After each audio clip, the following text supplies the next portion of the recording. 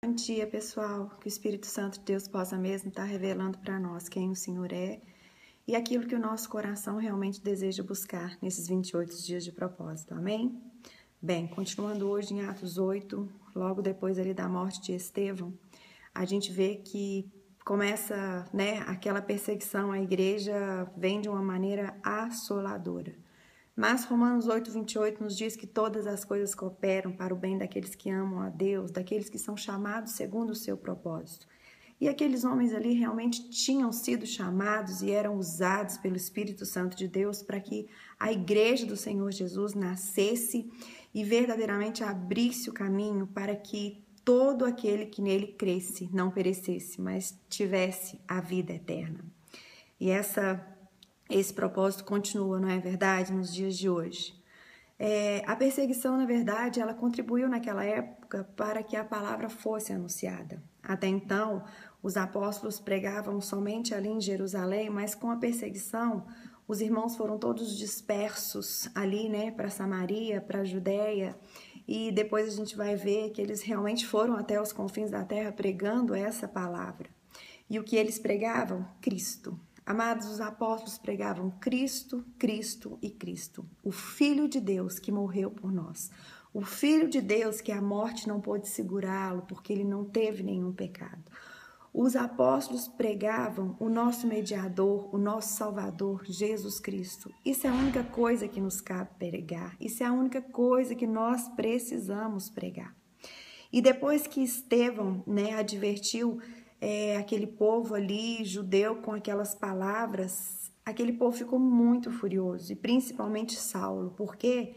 Porque Estevão literalmente desafiou eles, que eles conheciam a verdade, mas eles tinham matado o autor da verdade, que era Jesus Cristo. Eles eram homens cegos, homens que, apesar de conhecerem a palavra de Deus, não tiveram o seu coração quebrantado para perceber aquilo que realmente Deus estava fazendo no meio deles. E naquela época, com a perseguição, Filipe, ele começa a pregar ali na Samaria, e a Bíblia fala que Deus, ele começa a se manifestar com sinais, prodígios e maravilhas. Aquilo que Pedro e João começou a fazer lá na porta, formosa do templo, com aquele coxo, começa a se manifestar agora na vida dos outros irmãos. E naquela cidade de Samaria, quando nós estudamos o Evangelho de João, nós vimos que o Senhor ficou ali 2 dias, falando a respeito do reino de Deus. E quando Filipe começa a pregar o evangelho ali, muitas pessoas foram salvas. E naquele ponto, naquele momento, a igreja que estava crescendo somente em Jerusalém começa a crescer na própria Samaria, porque eles receberam a palavra de Deus com alegria. E ali naquela cidade havia um homem chamado Simão, que ele mexia com aquela parte esotérica, Podemos dizer isso no dia de hoje. Mas aquele homem creu no Senhor Jesus. Ele creu no Senhor Jesus. Por quê? Porque a palavra de Deus liberta, a palavra de Deus salva. E apesar que no primeiro impacto ele não realmente reteve aquilo ali ainda no coração, por quê? Porque a obra da salvação, ela começa no Espírito, começa com a gente crendo no Senhor Jesus Cristo, mas depois essa vida do Espírito Santo dentro de nós, ela começa a ser transferida para todo o nosso ser, onde nós vamos mudando a cada dia, nos convertendo a cada dia. E Simão, a gente vê que ele teve esse processo, Tanto é que ele queria comprar o dom de Deus com dinheiro. E Filipe ali, eles advertiram ele, os apóstolos advertiram ele, falaram, olha, não é assim, mas o dom de Deus, ele é gratuito. Mas para quê? Para que vidas e vidas sejam salvas. Amados, o capítulo 8, 9 e o 10, ele marca um momento muito importante da igreja. São capítulos essenciais. O capítulo 8, ele fala a respeito da conversão dos samaritanos, ou seja, um povo diferente que os judeus não aprovavam, começam a ser aceitos dentro da igreja. Eles não eram gentios, eles eram raças misturadas, tá bom? Não eram gentios. Então, eles foram aceitos no corpo da igreja de Cristo ali naquele momento. O 9, nós vamos falar a respeito da conversão de Saulo, que é um homem que impacta mesmo vidas, E no 10, a gente vai ver a respeito da conversão dos gentios, os gentios também sendo aceitos no corpo de Cristo. Por isso, esses 3 capítulos são muito importantes no processo, da igreja.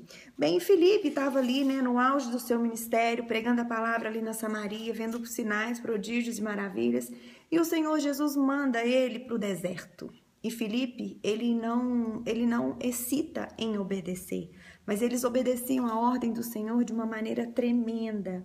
E aquele homem, ele vai até o deserto, ele fica ali esperando, e o que acontece? Um eunuco começa a passa ali, né, com a caravana dele, porque ele tinha ido adorar Israel. Provavelmente esse homem, ele era um prosélito, ou seja, um judeu convertido, porque ele ia a Jerusalém para adorar. E ele era um homem, ou seja, ele era uma autoridade, né, lá da Etiópia, como se fosse um ministro nos dias de hoje.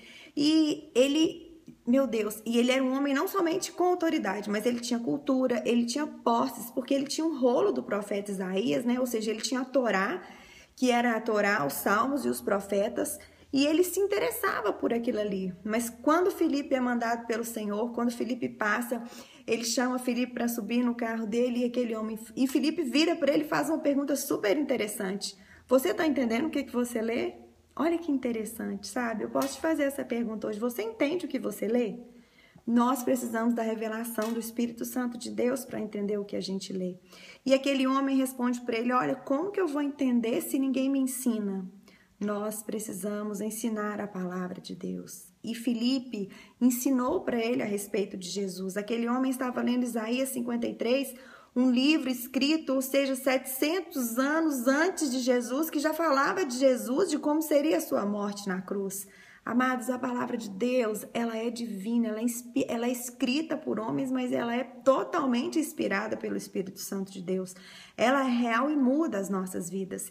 E aquele homem com o ensinamento de Isaías 23 por Filipe, ele acreditou em Jesus Cristo como seu único Senhor e Salvador. E ali mesmo naquela estrada, ele foi batizado. Quem pode ser batizado? Quem crê no Senhor Jesus Cristo como único Filho de Deus e que aceita o senhorio dele na sua vida. Essa pessoa está apta a ser batizada, e quando ela é batizada, ela começa um novo processo da vida dela, onde não é mais ela que dirige a vida dela, mas é o Senhor quem dirige a vida dela.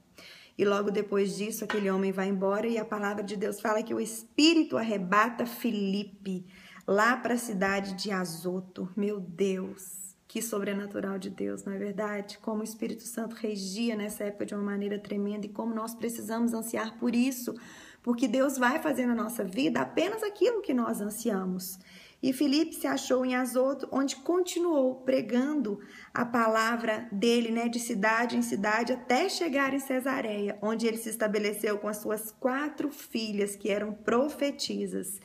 E com certeza Deus teve algo importante para ele ali naquele lugar, mas que com o capítulo 8 nós possamos mesmo entender que precisamos ensinar o Evangelho, precisamos crer em Jesus Cristo como nosso único Senhor e Salvador e meditar nessa palavra de Deus, porque precisamos do sobrenatural de Deus para que a nossa vida seja transformada. Amém?